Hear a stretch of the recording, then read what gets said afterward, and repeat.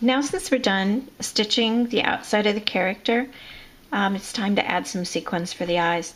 The reason that we're doing this is because your parts that you are going to be sewing on with conductive thread, remember the LED that we curled the legs on, are very much like a sequin. So this is the center hole, this is the outside, and we need to stitch this down to the fabric so it holds on. Eventually this will be our, when we're using conductive thread, this will be like where our alligator clips hook onto the part and go on to the next part. Instead, we're going to be using conductive thread and stitching in there. So in order to learn how to secure this part to the fabric, we're going to practice on this paper stitching sheet. So I'll take one of his eyes off because we just need one right now. Again, you're going to want to come up from the back because that's how we always start it. One of the easiest ways to do it is just to put your needle through the back of the paper, if you can get it near the center of the eye. So you can just put your needle through like that, and then to start, put your sequin on top of it, because the sequins are kind of little. They have a center hole, so you just want to put your sequin through that center hole, hold down, pull your thread through, and of course it pulled through. So let's do it again.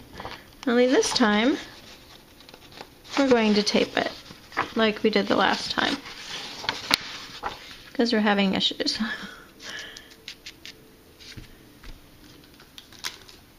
So it'll be much easier once you switch over to fabric because your knots will not pull through the fabric as easy as through the paper.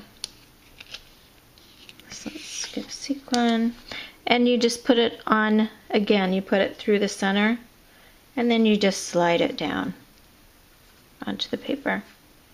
Now the trick is, once you have the center, then you need to go down on the outside of the sequin to secure it. So this is like coming up through the center of your LED hole that you made, and then going down through the outside. So now we have a stitch there. Now if you want to come up on the outside of your part or your sequin, perfectly fine to do that, because it's kind of hard to go through this tiny center in the sequin. So you can come up and then you can go down through the sequin. So you want to do this 3 times because we actually want to get in the practice of sewing around our part, the sew hole 3 times. So we want to go around it 3 times, and then we'll just tie it off on the back and just make another one. I'll probably use the stitch knot again, and just go around the thread through the hole and tie it.